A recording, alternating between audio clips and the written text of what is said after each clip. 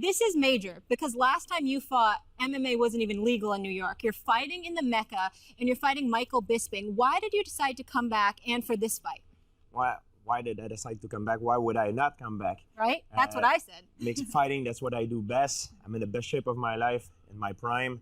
I have an opportunity to fight for the title in a higher weight class, make history against Michael Bisping, who got the most win in UFC history. So it's good for my legacy. At the Madison Square Garden, it's a medical place. I can't ask for a better scenario. I think I would be a fool to not take that opportunity. We live only once, and I want to live my life to the fullest.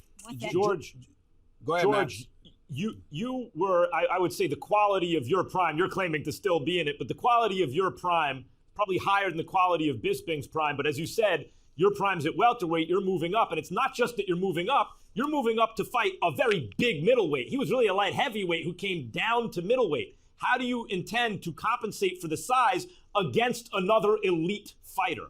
Well, I've been following the instruction of a nutrition coach since April. So it's not from yesterday, you know, like I've been preparing this whole thing for a few months.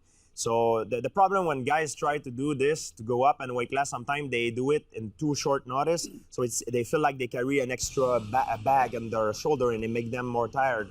So I've been doing this, like I said, for a few months. So the extra weight, the extra muscle mass is already had. So I'm used to it. I'm walking with it right now, and it's part of myself. And the fact that Michael Bisping, it's a bigger man, is the champion and all this, it just excites me. When people doubt me and tell me that I can't do something, that's what drives me and excite me. That's why I'm doing this. So if it's never been done before after 4 years, and if I do it, that's mean I will be the first to do it. So that's why I'm doing it. George, honored to have you on the show, buddy. I appreciate it. A long-time admirer of your work. I want to know why you retired to begin with. I mean, you haven't lost a fight in 10 years since you lost to Matt Serra. That's 2007, but you retired in 2013. Why did you walk away from the fight game to begin with? Many reasons. I was overwhelmed by the pressure, my personal life problem. Also, they had a problem back in the day. I had an argument all the time with the drug, the use of performance-enhancing drug in the sport. A lot of things has changed since then. They put USADA to test the athlete, and also the infrastructure of my life is so much better. I feel more hungry. It's very hard to explain because nobody really know what it feels like. You're a champion for so long. You feel like you're the target. The pressure, it's crazy that you have on your shoulder. It was unbearable at one point, and I just needed to take some time off. It was not for a physical reason. It was more for mental reason that was affecting me. Because I believe that as an athlete, it's like a triangle. You're physical, emotional, and mental. You know, and when one of these three things doesn't work well, it affects the performance. So I needed to take some time off for my well-being.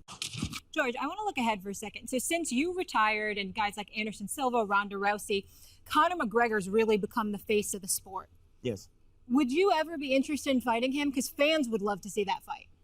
Well, I'm happy you bring it up. You know, like people keep asking me this, but the thing is now I'm competing at 185 pounds, and there was a lot of work to put all that extra weight. You know, Conor is competing at 145, 155, so it's a lot smaller.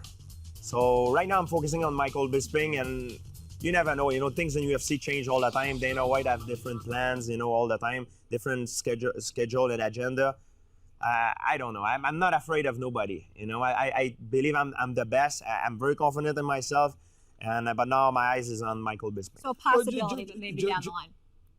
Well, I think Conor McGregor is entirely too small. It'd be suicide for him to get in the octagon against you George. Can't melt down the muscle mass. That's dangerous. I can't see that happening. But let me say this, George, before I let you go.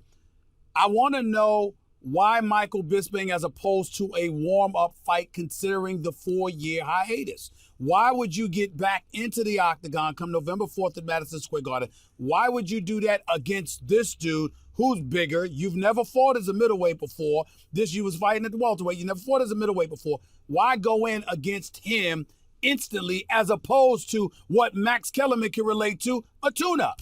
Well, gentlemen, That's why the sport is very excited, and it start to gain more popularity. There is no tune-up fight in this game, my friends. Gotcha. It's the best guy against the best guy. There is no tune-up fight. Okay. And I don't ask for That's why nothing. no one stays undefeated in the UFC. It's all world-class fighters. Yes, I don't ask for nothing less than this. You know, I wanted to come back and take the biggest, so to speak, the biggest fish as possible. The guy who has the higher stock, and it's Michael Bisping, and I'm very happy. I always aim for the top in my life, and I'm not gonna stop doing it. I wanna have Michael.